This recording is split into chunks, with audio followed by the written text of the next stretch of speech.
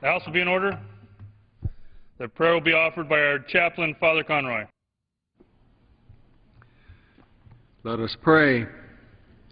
God of the universe, we give you thanks for giving us another day. We ask your blessing upon those who have worked so hard these past few days to help bring our nation to a level of security. Not all are completely satisfied, but help us all to proceed graciously, remaining vigilant for those values held most dear while being just. In the days that come, help each member to understand well and interpret positively as they are able the positions of those with whom they disagree. Grant to each the wisdom of Solomon, and to us all the faith and confidence to know that no matter how difficult things appear to be, you continue to walk with our nation as you have done for over 2 centuries.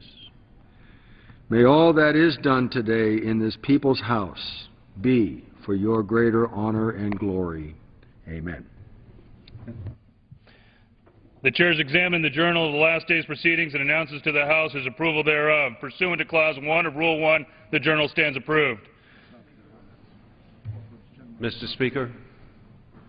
For what purpose does the gentleman from South Carolina seek recognition? Mr. Speaker, pursuant to Clause 1, Rule 1, I demand a vote on agreeing to the Speaker's approval of the journal. The question is on agreeing to the Speaker's approval of the journal. Those in favor, please say aye. Those opposed, please say no. The ayes have it. The journal stands approved. Mr. Speaker, I object to the vote on the grounds that a quorum is not present and make the point of order that a quorum is not present. Pursuant to Clause 8 of Rule 20, further proceedings on this question are postponed. The yeas and nays are requested. The Pledge of Allegiance will be led by the gentleman from Michigan, Ms. Miller. Please join me and face our flag. I pledge allegiance to the flag of the United States of America and to the republic for which it stands, one nation, under God, indivisible, with liberty and justice for all. Pursuant to Section 4 of House Resolution 375, legislative business is not dispensed with on this day. The chair will entertain up to 15 requests for 1-minute speeches on each side of the aisle. For what purpose does the gentlewoman from Michigan rise? Unanimous consent to address the House for 1 minute, revise and extend. Without objection. Mr. Speaker, today the agreement that we will be voting on is another example of a historic pivot here in Washington, because never before in history has an increase in our nation's debt limit been tied to cuts in spending. And no longer will the debate be about how much more is the federal government going to spend. The debate now is how much spending is going to be cut. This legislation will require more than $2.1 trillion in federal spending cuts, puts in place very firm caps to hold down future spending. Both houses of Congress must have an up or down vote on a balanced budget amendment. It does not impose any job-killing tax increases. It avoids a default on federal obligations that would be disastrous to our economy. And it begins a process to put this nation on a path to prosperity. Mr. Speaker, we have so much more that still needs to be done, but this is further progress in turning the federal government toward fiscal sanity so that we can leave a better America for our children and our grandchildren. I yield back. The gentleman yields back. For what purpose does the gentleman from New Jersey rise? I ask to address the House for 1 minute and to revise and extend my remarks. Without objection, the gentleman is recognized. Mr. Speaker, it seems whenever important decisions are made by a few people inside a room, inside the Beltway, ordinary folks are not only excluded from the room, but seem to be excluded from the minds of the people. You know, I'm talking about ordinary folks working to keep their head above water, ordinary folks working to keep their mortgage, to keep their homes, retirees living on a fixed income, students hoping to have help in going to college, those who are working to improve people's health and our nation's energy supply, ordinary folks.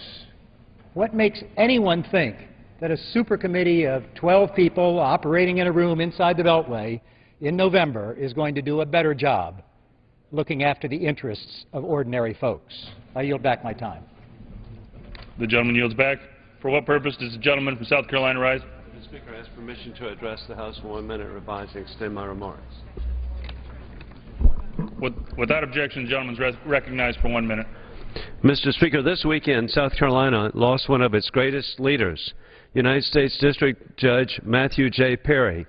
Judge Perry symbolized courage and leadership and was a towering figure during the civil rights movement of the 1950s through the 1970s.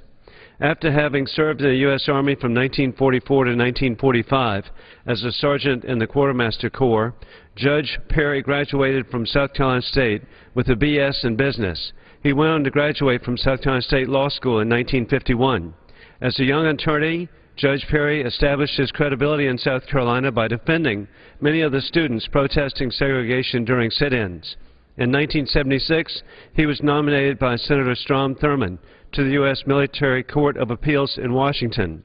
In 1979, he was the first African-American to be appointed as the U.S. District Judge for South Carolina. He has been the recipient of the Order of Palmetto, the highest civilian honor of the state of South Carolina.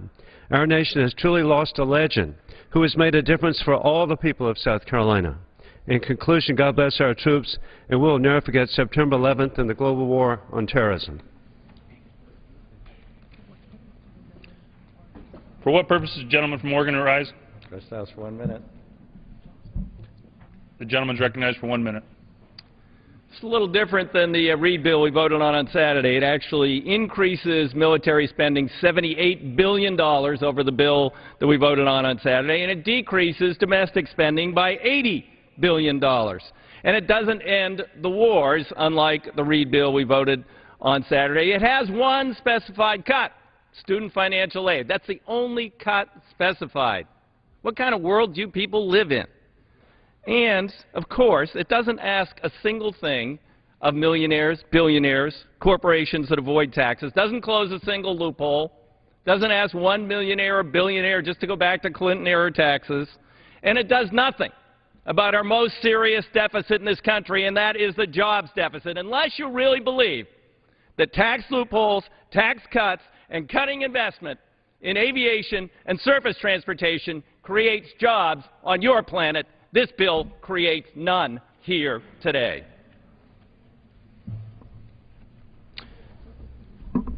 For what purpose does the gentleman from Michigan rise? For the privilege of presenting to the House 1 minute. The gentleman is recognized for 1 minute. Mr. Speaker, we're in the midst of a crisis. It's not a crisis of debt ceiling. It's a crisis of debt, of Washington spending too much, not taxing or borrowing too little. The problem isn't the debt ceiling, it's the debt. We can no longer continue to commit generational theft on our uncontrolled spending habits to our children and grandchildren. Luckily, the Congress has made significant progress in the first 6 budget bills in cutting real spending for this upcoming fiscal year. And House Republicans have fundamentally changed the debate in Washington. We are no longer talking about job-killing tax increases. We're talking about spending cuts and long-term spending reform, our goals from day one. Mr. Speaker, it's time for President Obama and the Senate Democrats to join us in our efforts to control spending before time runs out. We must solve this crisis to encourage job creation and return America to its greatness. America's great people are ready. Mr. Speaker, I yield back.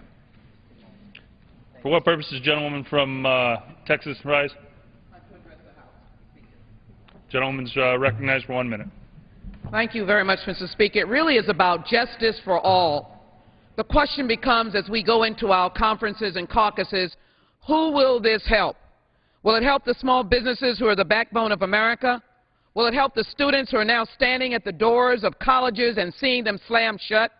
Will it help those in nursing homes who now, because of drastic cuts in Medicaid, will see their place of abode lost? Will it help the hospitals who care for the sick because there's no Medicare reimbursement or Medicaid?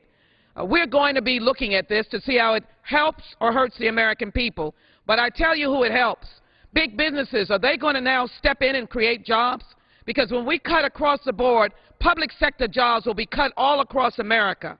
It has always been the government that stoops and comes in to raise the American people up when there is a need. Are we going to help the returning soldiers, 160,000 plus, who have PTSD, those who want to come into the workplace? Will the corporate sector now stand up and be counted? The friends of my friends on the other side of the aisle, that's what I believe is justice for all. That's what I believe is bipartisanship on something that has already been done 100 times, the simple raising of the debt ceiling, now on the backs of those who cannot speak for themselves. I yield back. For what purpose does the gentleman from Pennsylvania rise? Ask permission to address the House for 1 minute and to revise and extend my remarks. The gentleman is recognized for 1 minute. Instead of appealing to America's greatest aspirations, hopes, and dreams, there are those who are appealing to our basest character, using fear and envy and greed to prey upon those we are supposed to lead. We can no longer sow the seeds of this dependency, feed it with despair in hopes of reaping the benefits of power, all the while weakening the iron will of this nation and plummeting it into mediocrity.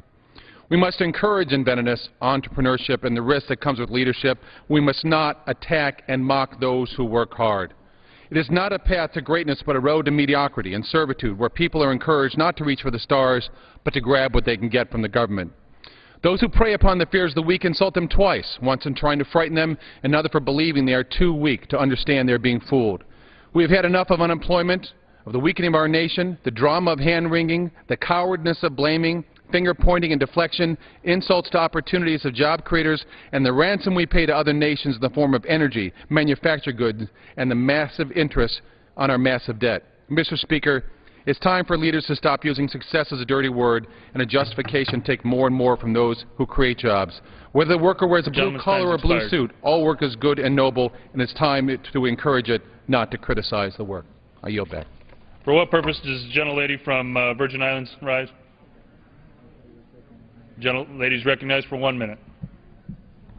Thank you, Mr. Speaker. Today, the Senator will begin debate on the debt ceiling agreement. It's being billed as a two-step approach to hold President Obama accountable. To hold President accountable or to hamstring his agenda to revive and redirect our economy through domestic manufacturing and clean energy, or to limit investment in infrastructure, education, and health care. To hold our President accountable or to stifle our meager recovery, to make it harder to create jobs and lower the unemployment rate. To hold our President accountable or to use the forced caps to undermine Republicans' main target, the Affordable Care Act. And saying there will be no cuts to Medicare services is a sham, because cuts to Medicare providers will reduce beneficiaries' access to needed care. To reduce domestic discretionary spending to the lowest level since Eisenhower years, we might as well resign ourselves to giving up our place of leadership in the world. And we do need a clean debt ceiling, but with no conditions. And yes, we need to reduce our deficit. I didn't like the suggestion that all of the Bush tax cuts expire when I first heard it, but if we end them now, we could save $2.5 trillion over the next 10 years. Not a bad place to start. For what reason does the gentlewoman from North Carolina rise? Permission to address the House for 1 minute, Mr. Speaker. Gentlewoman from North Carolina is recognized for 1 minute. Thank you, Mr. Speaker. At the beginning of the debt ceiling debate, House Republicans made it clear that if the President and congressional Democrats want us to pay their bills, they were going to have to commit to cutting up the credit cards. The simple truth is that in just 7 months, House Republicans have already changed the broken political system in Washington to move away from, quote, how much can we spend, end quote, to focus on how we can stop spending money we don't have. House Republicans have led the fight for controlling spending and saving our children and grandchildren from national bankruptcy, voting to actually shrink a federal government that has done nothing but expand for 40 years. The cuts may be small relative to the size of the problem, but the change in that direction is historic. For the first time in the history of modern federal budgeting, House Republicans will cut discretionary federal spending for 2 straight years. President Obama wanted a, quote, balanced approach, end quote, solve our debt crisis. That means historic debt tax increases on job creators. We don't need a balanced approach, Mr. Speaker. We need a balanced budget. With that, I yield back. For what purpose does the gentleman from the Mariana Islands rise?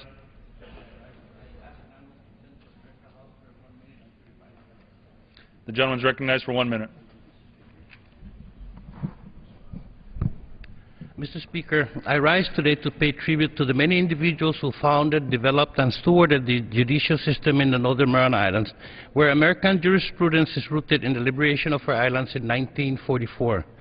The World War II era naval military government established a 3-tiered organization of the exceptional military courts. The later established Trust Territory of the Pacific Islands judiciary was also a three-tiered court system. When the Commonwealth was formed in 1978, a Commonwealth Trial Court, later renamed the Commonwealth Superior Court, was established. During this trial court's infancy, the Federal District Court for the Northern Mariana Islands retained original and appellate jurisdictions over local matters. In 1989, a Commonwealth Superior Court with local appellate jurisdiction was created. Finally, in 2004, the Ninth Circuit appellate jurisdiction over Commonwealth Supreme Court decisions ended, and those decisions are now appealable only to the United States Supreme Court. The history of our court system is colorful and as unique as our islands and our people. Please join me in paying tribute to the many judges and justices who have served our islands with distinction. And I yield back the balance of my time. For what purpose does the gentlelady from Wyoming rise? Mr. Speaker, I rise to address the House for 1 minute and to revise and extend my remarks. The gentlelady is recognized for 1 minute. Thank you, Mr. Speaker. I rise today to honor the life and career of one of the finest physicians and gentlemen I have ever met, Dr. Robert McGuire of Cheyenne, Wyoming. Dr. McGuire's career brought to his attention and to his care thousands of women in my state, and he made their lives better, including my own. Through his skill, through his patience and attention to the people he was treating, he made the profession of medicine honorable and cherished by the people that he served so well. His career has ended so he may fight his own battles with cancer. I wish him the very best regards in his fight with cancer. I thank him for the difference he made in my life and thousands of women in my state of Wyoming. I wish him Godspeed. Take care, Dr. Robert McGuire. For what purpose does the gentleman from Illinois seek recognition? To address the House for 1 minute and revise and extend my remarks. The gentleman is recognized for 1 minute. Thank you, Mr. Speaker. Our economy has seen incredibly weak economic growth over the last 2 quarters. Just today we found out that manufacturing is at its lowest level in the past 2 years. My district, the 10th District of Illinois, is one of the largest manufacturing districts in our nation, and there is no doubt that families are struggling. I am optimistic that Washington is finally coming together and finding common ground on this debt ceiling debate. We must, I emphasize, we must move forward. Hardworking taxpayers have had enough, and I get it. We must have spending discipline here in Washington. No more budget tricks, no more accounting gimmicks, no more empty promises. American families have had to tighten their belt, and they should expect that Washington do the same. Now is time to move forward and focus on jobs. If we are serious about paying down the debt and increasing revenue, then we must empower job creators. Small businesses in our nation are overburdened by economic uncertainty, government regulations, and red tape. We need to implement common sense solutions and create jobs and get our economy moving again. And I yield back. For what purpose does the gentleman from Texas seek recognition? To address the House for 1 minute and to revise and extend my remarks, Mr. Speaker. The gentleman is recognized for 1 minute. Mr. Speaker, the duty we perform today to cut and cap America's spending, to put us on track to a balanced budget, to passing a balanced budget amendment to the Constitution are vitally important, but pale in comparison to the sacrifices and duties of our armed forces, our men and women in uniform. It's with profound sadness today that I join with the family and the friends and the neighbors of United States Army First Lieutenant Dimitri Del Castillo in mourning his loss. On June 25, 2011, he was killed in fighting in Afghanistan in support of Operation Enduring Freedom. In 2004, it was my privilege to nominate Dimitri for an appointment as a cadet to the United States Military Academy at West Point. And upon his graduation, he was commissioned in the infantry, where he sought out the Army's toughest challenges immediately. He graduated from the demanding airborne and ranger courses and later passed a series of rigorous skill and endurance tests to earn the Army's coveted expert infantryman badge. Dimitri deployed with his unit to Afghanistan in April 2011. And while conducting combat operations, he was tragically killed when his unit came under fire by enemy forces. For his heroic actions that day, Dimitri was awarded posthumously the Bronze Star Medal and the Purple Heart. Though we mourn his loss, we are immensely proud of Dimitri's accomplishments, and we are immensely proud of the men and women who fight for us every day to make it possible to savor the freedom left to us by our founders. May the Lord bless and keep Dimitri's soul. May God help his family, and may they find comfort in the nobility and valor of his deeds. For what purpose does the gentleman from Illinois seek recognition? To address the House for 1 minute and advise. The gentleman is recognized for 1 minute. Thank you, Mr. Speaker. We are in a historic heat wave in this country, and I'm talking about the debate on the debt limit. I'm actually talking about the temperature outside. And what's noted is that many leaders throughout this country, whether local mayors or governors, are saying, if you're poor, get to a cooling shelter.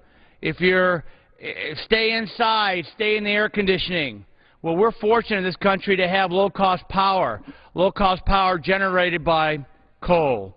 In rural Illinois, the average salary is $58,000 a year. The average utility bill is $121 a month, which means they pay about $1,500 a year for the utility cost. However, in France, they pay 20 cents per kilowatt hour.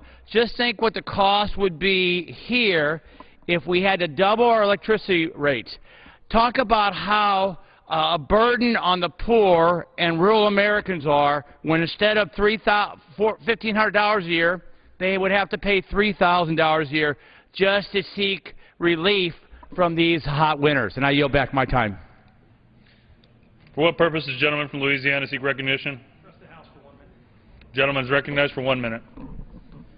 Thank you, Mr. Speaker. As we're dealing with this debate over the debt limit, I think one thing that's become clear as people have followed over the last few weeks is that Washington has a spending problem. And regardless of the resolution of today's action in the House and Senate, I hope nobody thinks that this is the end of this debate. Frankly, this is just the beginning of the debate to finally cut spending in Washington and put real controls in place. And I think as we look over the next few months, we need to continue to push for a balanced budget amendment to our Constitution, because ultimately that's the kind of accountability that we need to ensure that we change the culture of spending in Washington. Clearly, tax cuts will not solve this problem. They'll only make matters worse. But if the problem is spending, why would you want to send even more money up to Washington to let them spend even more? We've got to control spending. We've got to start making cuts today, but we ultimately need that accountability that comes with a balanced budget amendment. I yield back the balance of my time. The gentleman yields back.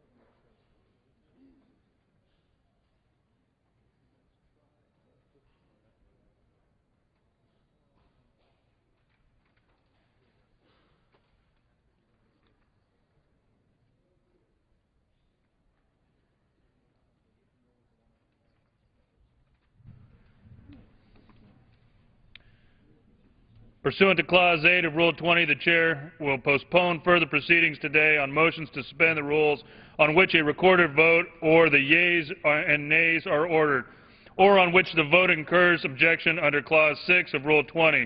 Record votes on postponed questions will be taken later. For what purpose does the gentleman from Texas seek recognition?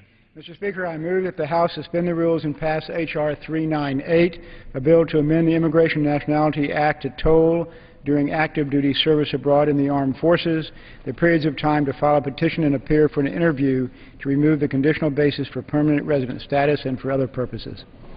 The clerk will report the title of the bill. Union Calendar Number 89, H.R. 398, a bill to amend the Immigration and Nationality Act to toll during active duty service abroad in the armed forces, the periods of time to file a petition and appear for an interview to remove the conditional basis for permanent resident status and for other purposes. Pursuant to the rule, the gentleman from Texas, Mr. Smith, and the gentlewoman from California, Ms. Lofgren, each will control 20 minutes. The chair recognizes the gentleman from Texas. Mr. Speaker, I ask unanimous consent that all members may have 5 legislative days within which to revise and extend their remarks and include extraneous materials on H.R. 398 currently under consideration. Without objection, so ordered. Mr. Speaker, I yield myself such time as I may consume. The gentleman is recognized.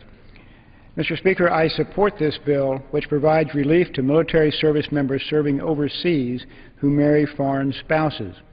Our nation's military should not have to worry about red tape while they are abroad protecting our freedoms. When a U.S. citizen or a permanent resident marries a foreign spouse, that spouse becomes a conditional permanent resident. After 2 years, the couple files a petition with the Department of Homeland Security for the removal of the conditional status. If the petition is successful, the immigrant becomes a permanent resident. The petition generally must be filed before the 2nd anniversary of the spouse's becoming a conditional permanent resident. Upon the filing of the petition, DHS interviews the couple to determine whether there was any marriage fraud. The interview must be conducted unless DHS waives the deadline for the interview or the requirement for the interview. This timetable is reasonable in normal circumstances. However, what happens when the U.S. citizen or permanent resident spouse is serving overseas in active duty status in the armed forces? It would certainly be a disruption to the military to have a member of the armed forces deployed overseas travel for a personal interview with DHS. Our military's focus should be on defending freedom, not bureaucracy. While it is true that DHS can choose to delay this process in appropriate circumstances, this bill's provision should be standard policy while a spouse is serving abroad.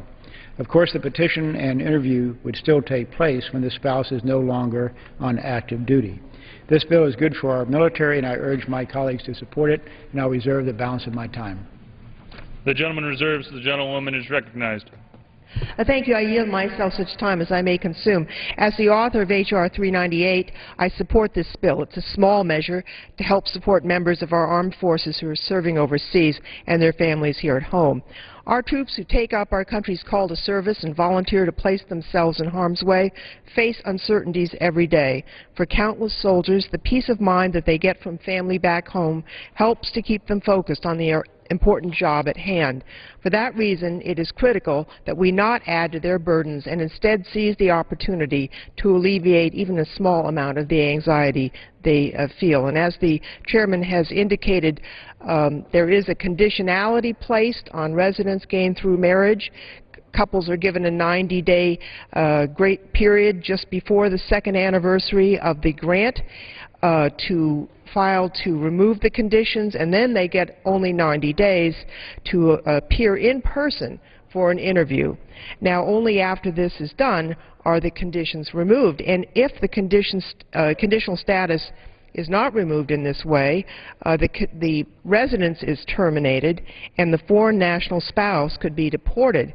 That means that either the spouse of one of our soldiers could be deported or the soldier himself could be deported. Now, it's pretty hard to appear for the interview if you're serving in Iraq, and we certainly don't want our soldiers or their spouses to be deported. And so I support this measure. In 2008, as chairwoman of the House Immigration Subcommittee, I convened a hearing on the immigration needs of America's fighting men and women. And at the hearing, we heard from members of the armed forces about countless challenges that they face because of our rigid and unyielding immigration system. This bill will help to resolve just one of those challenges. It will not excuse military families from the requirements. It will simply allow them to put off those requirements if they choose during overseas deployments. Of course, there are many problems with our country's immigration laws that this bill does not address, too many to count. And as we know from our 2008 hearing, those problems will continue to unnecessarily tear military families apart, distract from our mission abroad, and betray the fundamental values that we claim to hold dear.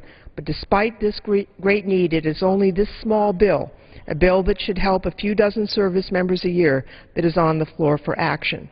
I commend my colleagues Lamar Smith, Elton Gallagher, and John Conyers for joining me in introducing this very modest measure.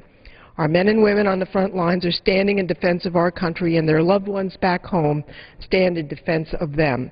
As members of Congress, it's both a responsibility and an honor to provide whatever support we can. And while this bill may be small, it is important for the few dozen soldiers it may help each year. And therefore, I urge my colleagues to support the bill. And unless Mr. Chairman has additional speakers, I'm prepared to yield back. I yield back. The gentlelady yields back. The gentleman from Texas. Mr. Speaker, I have no other requests for speakers, and I'll yield back the balance of my time as well. The gentleman yields back. The question is, will the House suspend the rules and pass H.R. 398? Those in favor say aye. Those opposed, no. In the opinion of the chair, 2/3 being in the affirmative. The gentleman from Texas. Mr. Speaker, I ask for the yeas and nays on that bill. The yeas and nays are requested. All those in favor of taking this vote by the yeas and nays will rise and remain standing until counted.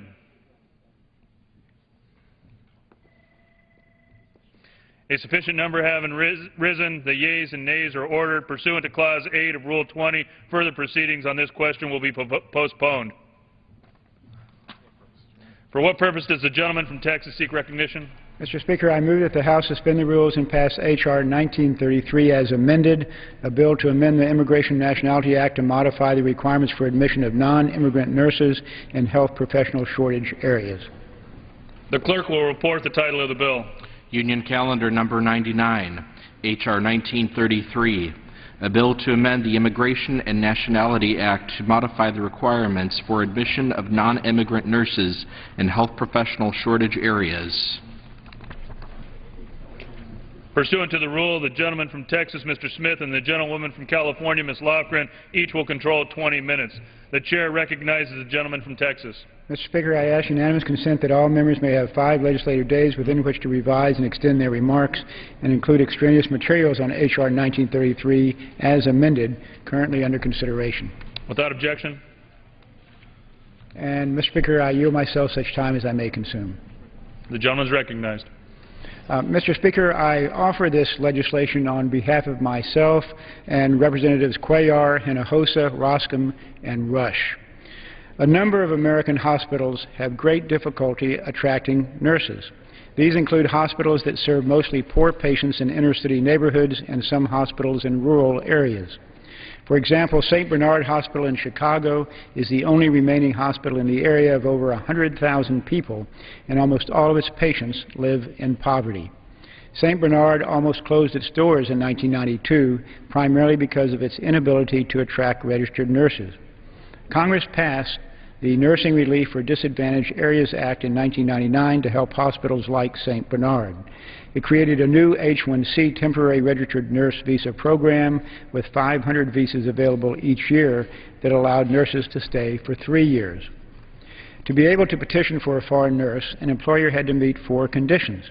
First, the employer had to be located in a health professional shortage area. Second, the employer had to have at least 190 acute care beds. Third, a certain percentage of the employer's patients had to be Medicare patients. And fourth, a certain percentage of patients had to be Medicaid patients. The H-1C program adopted the protections for American nurses contained in the expired H-1A nursing visa program. For instance, a hospital had to agree to take timely and significant steps to recruit American nurses. Also, hospitals had to pay the prevailing wage. The H-1C program contained new protections, such as requirements that foreign nurses could not comprise more than 1/3 of a hospital's registered nurses. The H-1C program was extended in 2006, but expired in December 2009, though many nurses still remain on 3-year visas issued before that date. Sister Elizabeth Van Stratton, president of St. Bernard Hospital, wrote to me last December that, quote, because of the sunset, in combination with the extended approval period for green cards, nurses are now forced to leave our institution and the rate of loss continues to increase. This loss cannot be sustained. As the only hospital serving one of the most difficult sections of Chicago and perhaps the entire country, we need the extension of the visa program to survive, end quote. I introduced H.R. 1933 to help St. Bernard and other similar hospitals. The bill reauthorizes the H-1C program for another 3 years. The number of visas that may be issued in each fiscal year cannot exceed 300. An alien may be admitted for 3 years, and this stay may be extended once for an additional 3 years. The H-1C program ensures continued care for patients in inner city and rural communities. I urge my colleagues to support this legislation, and I'll reserve the balance of my time. The gentleman reserves. The gentleman from California is recognized. I yield myself such time as I may consume. I will not repeat the information provided by Chairman Smith. I'll simply state that the H-1C program was first created in 1999 to address shortages in both rural and inner city hospitals. The 500 visas per year actually only go to 14 hospitals in the United States, spread out across America. And, of course, the program has now expired. As Chairman Smith has indicated, this bill would reauthorize but reduce the number from 500 to 300, create certain other protections, as mentioned by the Chairman, and allow the maximum stay to go to 6 years.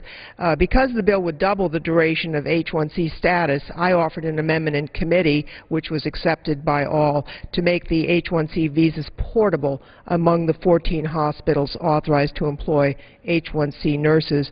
Right now, the nurses are entirely dependent on their employers to provide them their immigration status, and visa portability would level the playing field and allow a nurse to switch employers if something was wrong.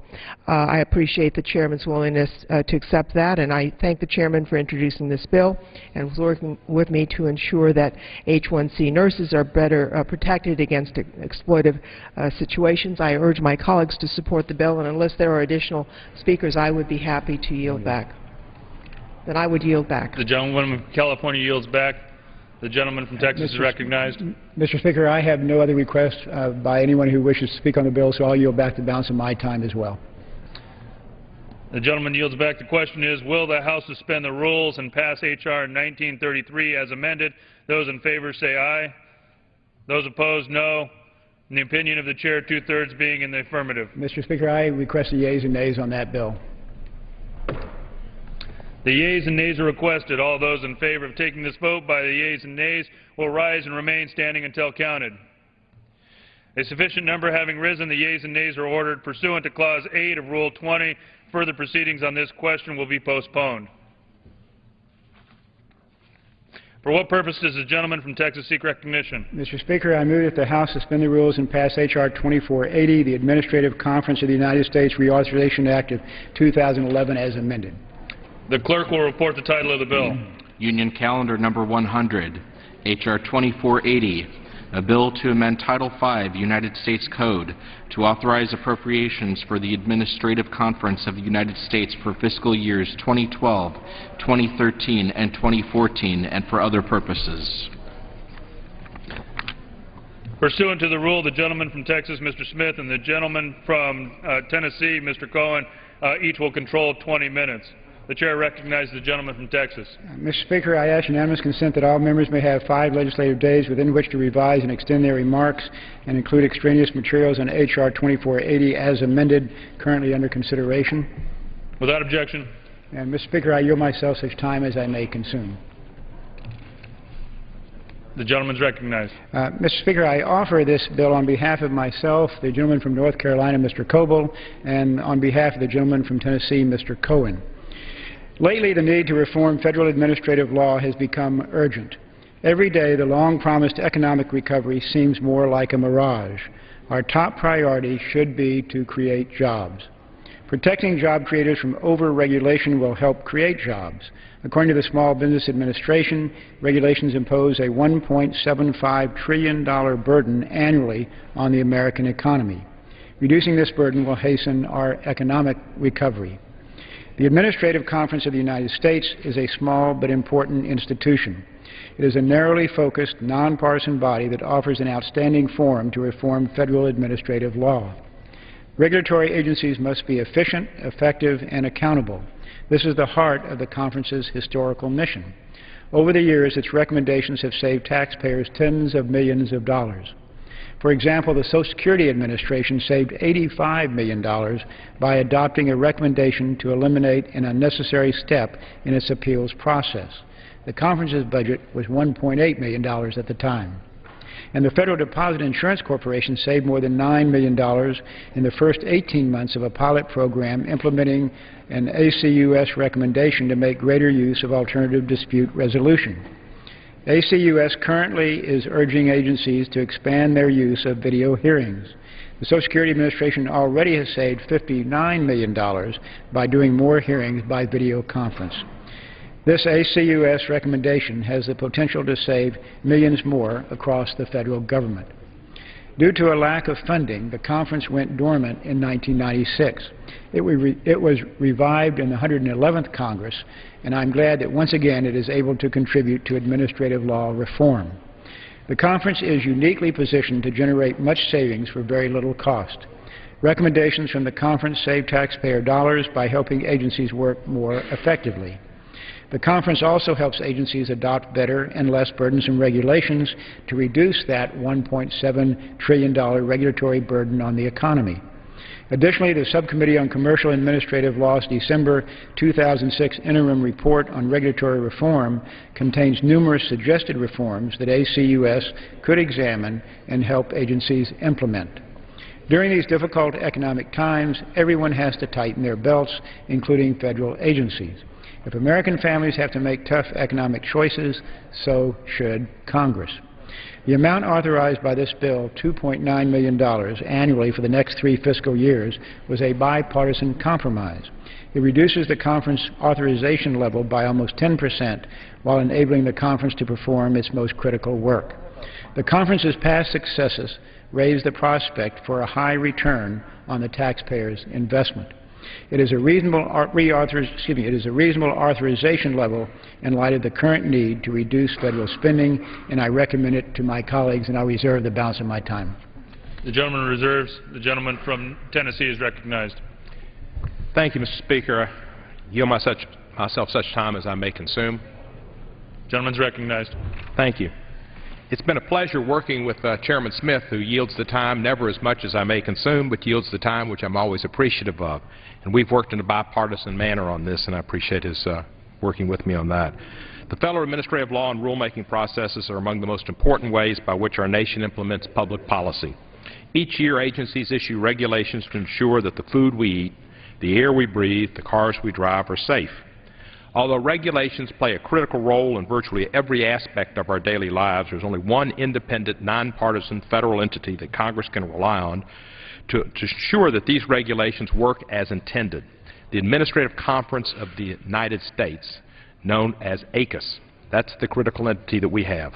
First established by President John Fitzgerald Kennedy, the conference is a nonpartisan, public-private resource that provides invaluable guidance to Congress about how to improve the administrative and regulatory processes.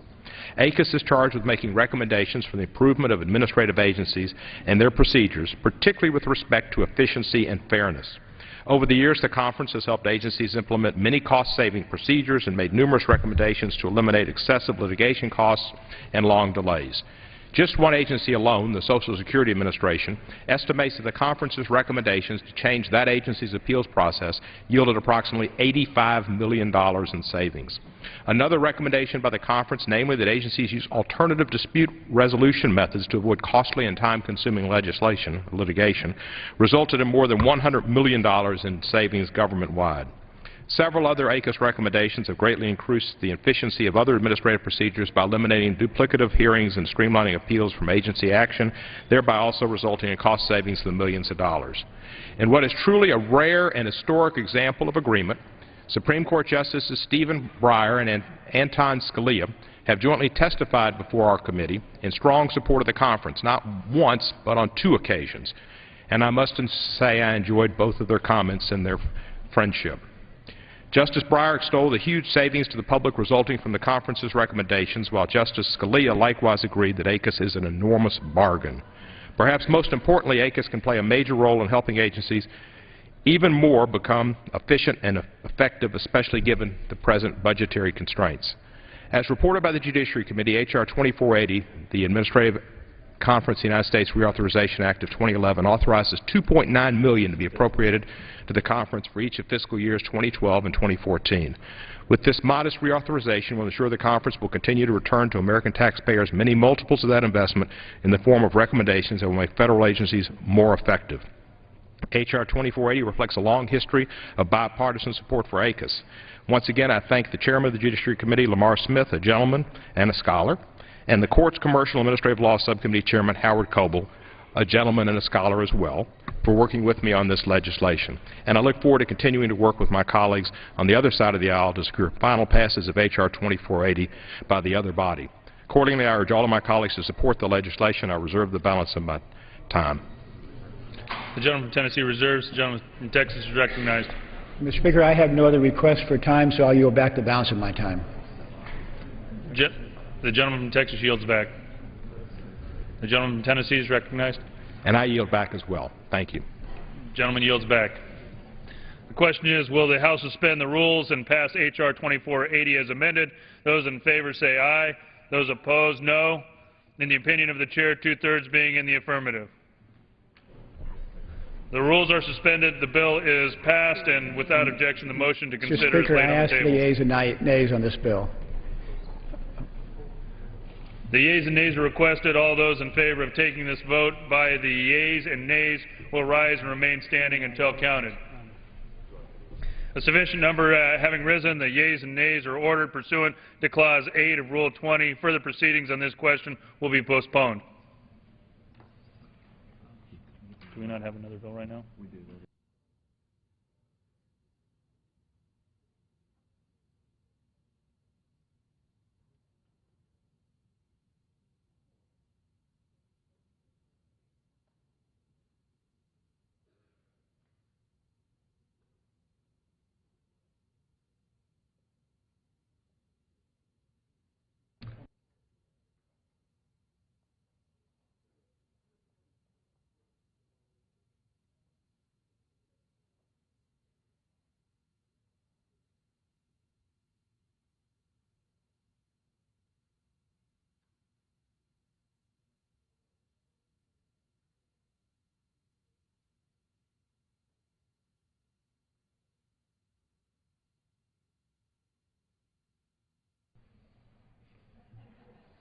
We ready? For what purpose does the gentlewoman from California seek recognition? Mr. Speaker, I move that the House suspend the rules and pass the bill H.R. 2715. The clerk will report the title of the bill. H.R. 2715, a bill to provide the Consumer Product Safety Commission with greater authority and discretion in enforcing the consumer product safety laws and for other purposes. Pursuant to the rule, the gentlewoman from California, Ms. Bono Mack, and the gentleman from North Carolina, Mr. Butterfield, each will control 20 minutes. The chair recognizes the gentlewoman from California. Mr. Speaker, I ask unanimous consent that all members have 5 legislative days within which to revise and extend their remarks on this legislation and to insert extraneous material on the bill. Without objection. Mr. Speaker, I yield myself such time as I may consume. The gentlewoman is recognized. Thank you, Mr. Speaker. I rise today in support of H.R. 2715, a bill that modifies the Consumer Product Safety Improvement Act of 2008, also called SIPSIA, and provides relief to address a number of unintended consequences that arose after SIPSIA became law. This bill is a win-win. It's good for American consumers and American businesses as well.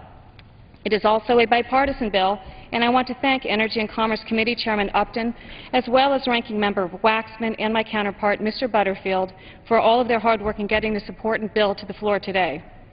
We passed SIPSIA almost unanimously in 2008, and many of its features have advanced the cause of children's safety. But there also have been unintended consequences for many businesses, small and large alike. For 3 years now, we have heard the pleas of these businesses asking for relief from the SIPSIA mandates. We have also heard from the CPSC that it lacks the authority and flexibility to grant relief where needed. On August 14th, the last deadline looms. The final drop down to the 0.01% lead content limit. Without swift action, we face empty store shelves that have been cleared of perfectly safe products because of what I believe was simply a drafting oversight. The bill makes the August 14th limit prospective in nature, permitting retailers to sell their existing inventory so long as it was made prior to August 14th and is compliant with the current lead limit of 0.03%, which was specifically approved by Congress for the last 2 years. And in a true spirit of bipartisanship, Ranking Members Waxman and Butterfield agreed to act swiftly to address this situation. While we don't necessarily agree on the best way to address all of the unintended consequences of SIPSIA, we moved the bill in response to the enormous threat facing stakeholders in the children's product industry in just less than 2 weeks. In addition to addressing the immediate deadline, this bill goes a little farther to address the pain so many of our constituents are facing. ATV, bikes, books, things that were never intended to be covered by the law but were ensnared by its wide reach nonetheless, will no longer face an uncertain future and are exempted from testing requirements. Used children products were also banned for sale as a result of the 2008 law. Thrift stores and charity retail outlets such as Goodwill Industries and even the local church bazaars were forced to toss anything made for a child under the age of 12 because it is impossible to tell whether an item was made in compliance with the law without its original packaging or a dated sales receipt. As a result, the law essentially made all used children's products contraband. This wasteful result removed perfectly safe products from the reach of individuals who rely on the value and savings such stores provide in order to provide decent clothing for their children. Manufacturers of other products will also see some relief from the most costly mandate of the SIPSIA, third-party testing and the continuing compliance testing. This bill directs CPSC to seek comments within 60 days on how the current third-party testing regime can be altered to reduce costs. Small batch manufacturers, who are among the hardest hit by SIPSIA, will also find some relief in this bill. These manufacturers are generally stay-at-home moms with an entrepreneurial spirit or mom-and-pop retail outlets that hand-pick unique toys and other items for sale in their community. Almost universally, these small businesses got into business because they wanted to ensure their own children had safe toys. Almost universally, these small businesses have either closed shop or are on the verge of closing shop because of the onerous requirements of the SIPSIA and the costs imposed. The bill directs the Consumer Product Safety Commission to address the special situation of these businesses by finding alternative, more affordable testing methods or by exempting these businesses from testing altogether if no such alternative exists. The bill creates a functional purpose exception process that we hope will give the CPSC more flexibility to exempt products from lead limits where there is no health risk. The exception process created in the original SIPSIA has failed to permit a single exception for any children's product from the statutory lead limits established in the SIPSIA, even in cases where the CPSC determined that such products pose no risk to children. We have a narrow window of opportunity to address those mandates that threaten the survival of scores of businesses and the livelihoods of the individuals and families whose businesses support. And I'd like to thank the ranking member of the subcommittee, Mr. Butterfield, as well as the ranking member of the Energy and Commerce Committee, Mr. Waxman, as well as their staffs, for working throughout the weekend to find a compromise that we both can support. I urge my colleagues to support this bill, and I reserve the balance of my time. The gentleman reserves. The gentleman from North Carolina is recognized. Thank you, Mr. Speaker. I yield to myself such time as I may consume. Gentleman is recognized. Mr. Speaker, I rise today in strong support of this very important bill. Almost 3 years ago, President Bush signed H.R. 4040, the Consumer Product Safety Improvement Act, into law. While that bill passed this House by a vote of 424 to 1, it soon became evident to all of us that providing some of the extraordinary protections for children in that bill would be a challenge for some businesses, especially our smallest manufacturers. Many of them testified before our subcommittee, and we heard their concerns. And so I have worked very closely with Chairman Bono Mack in crafting this compromise to provide targeted and sensible relief for businesses from some of SIPSIA's requirements without sacrificing the health and safety of our children. I am pleased that we are able to present it to the House today for immediate consideration. The bill is a marked change from where we started with H.R. 1939, and I am pleased with the bipartisan changes reflected in today's bill.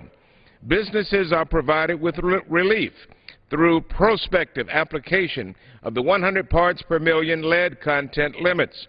That means, Mr. Speaker, businesses won't have to pull products from store shelves that meet the current legal limit of 300 parts per million on the effective date of the 100 parts per million limit. We also include an exemption for off-road vehicles like ATVs, snowmobiles, and dirt bikes from meeting the lead content limit. The safety of our young people is paramount when designing and building off-road vehicles, and constructing strong, rigid parts for these vehicles often requires more lead than CPSIA would otherwise allow. Further, the bill codifies a stay of enforcement by the CPSC with respect to the lead content limit of bicycles until December 31st, 2011, and relaxes the ultimate lead content of bicycles to 300 parts per million. This bill, Mr. Speaker, provides significant relief for small batch manufacturers. I have a tremendous amount of respect for America's small businesses and believe we must do all we can to protect them from overly burdensome regulations. At the same time, though, we have an obligation to protect America's children from potentially dangerous products. The only way to know if those products are safe is to test them. Taking the unique circumstances of small batch manufacturers, the bill requires CPSC, the Consumer Product Safety Commission, to consider potential economic and administrative burdens to small batch manufacturers when developing third-party testing requirements. It further permits the CPSC to provide alternative testing requirements after notice and a hearing if the Commission determines there is no economically practicable alternative. They can exempt the product from third-party testing altogether. I am pleased that this bill provides specific relief from testing for ordinary books and magazines. Our colleague, Mr. Adolphus Towns from New York, has been concerned about ordinary books becoming an unintended consequence of the Consumer Product Safety Improvement Act. Manufacturers of ordinary books and magazines should not be subject to third-party testing. Still, subject to testing will be books that have plastic parts, like pop-up books, those with non-paper-based accessories, or anything else that has inherent play value. I strongly support the Consumer Product Safety Information Database created by H.R. 4040, and that has been somewhat controversial, but I support the database creation. It went live earlier this year and has been extremely successful in helping to educate the public about potentially unsafe products. This bill takes some sensible steps to make the database even more effective. The bill requires the Commission, the Consumer Product Safety Commission, to seek out more information about the products reported by consumers to the database, like a product serial number, a model number, or a photograph of the product in question. I think the more information that is provided, the better and more effective the database will be for consumers and businesses alike. Mr. Speaker, as I said earlier, I support this bill. I believe that it provides a strong compromise that will reduce burdens on businesses and continue to protect American consumers.